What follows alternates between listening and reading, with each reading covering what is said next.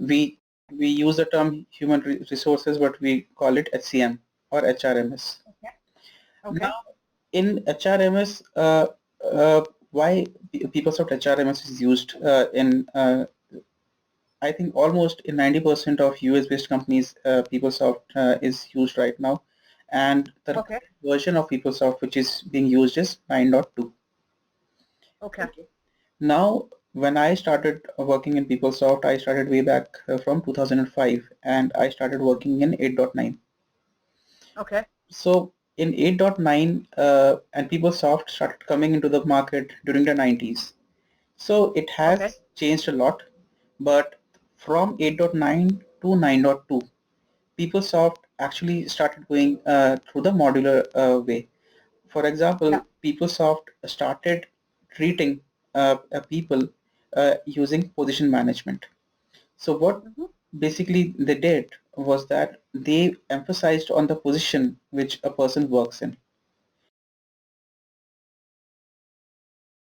So here I will start explaining to you the different terminology and how PeopleSoft treats each module through its own light. So the first module of human resource, this circle is core HR. Without this, PeopleSoft HCM will not work, and you will never have an environment where core HR is not enabled. You need to enable this core HR for this HRM system to be up and running. You can have, out of these things, you can disable anything. Okay, you can say that since my HCM is being used for UK, I will not use payroll for North America. And in short form, payroll for North America is called NA payroll. And during this training, when it finishes, I will give you a link from where you can, there is a whole library of people books. The help book guides of PeopleSoft are called people books. So I will give you a link from where you will have separate people book for each of these modules. Okay. And again, PeopleSoft is highly technical ERP. There are specialized resources who are purely technical. There are specialized resources who are purely functional, and there are people who are techno-functional. So always remember whenever you, since you are going to manage a PeopleSoft HCM environment, you will need to choose those resources carefully, that if that person is going to manage payroll for North America, how wide his exposure is to other modules as well, or is he technically sound or not. Because in this training, I will only cover 1 or 2% of technical PeopleSoft. Because in this is not a technical training, this is going to be a functional training, and that too from a core HR perspective. If I start giving a training for payroll for North America, it is, I think, 5 days of training, which is purely functional. Okay, got it. No, this is sufficient for me, Sandeep. I don't think that I need to know the underlying logic behind other interfaces, if you know what I mean. So yeah. Okay, so I start. So basically, since it is HCM environment, and you are already aware that HCM environment, one of the main uses of HCM environment is to run the payroll of people. So since PeopleSoft was incorporated and discovered and developed in US, they have a huge module called Payroll for North America, which is in short form called NA Payroll. And when you roll out your global implementation, you will definitely hear of this term, Payroll for North America. Okay.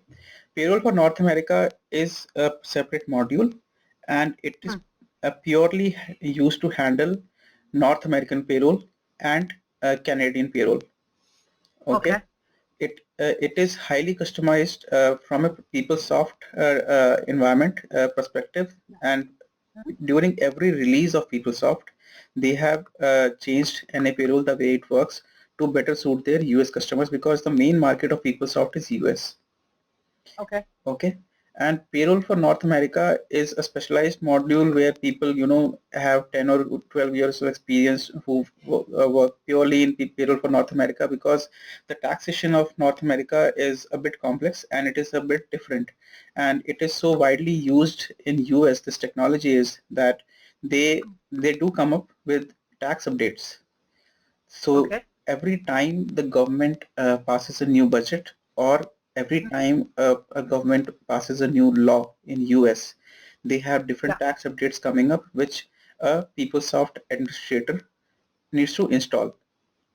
Okay. Now, again, I'm going to the technical part of PeopleSoft a little bit. Like I told you, there are functional users. I told you there are technical developers. I told you, again, functional user is, there are two types of functional users. One is your client. Like if you are working for Ariba, the business users of Ariba would be your client. Okay. Sure. So those are called functional business users. Okay. Got you. Now there are, let's say they are trying to run the payroll for North America and they run into some kind of a error.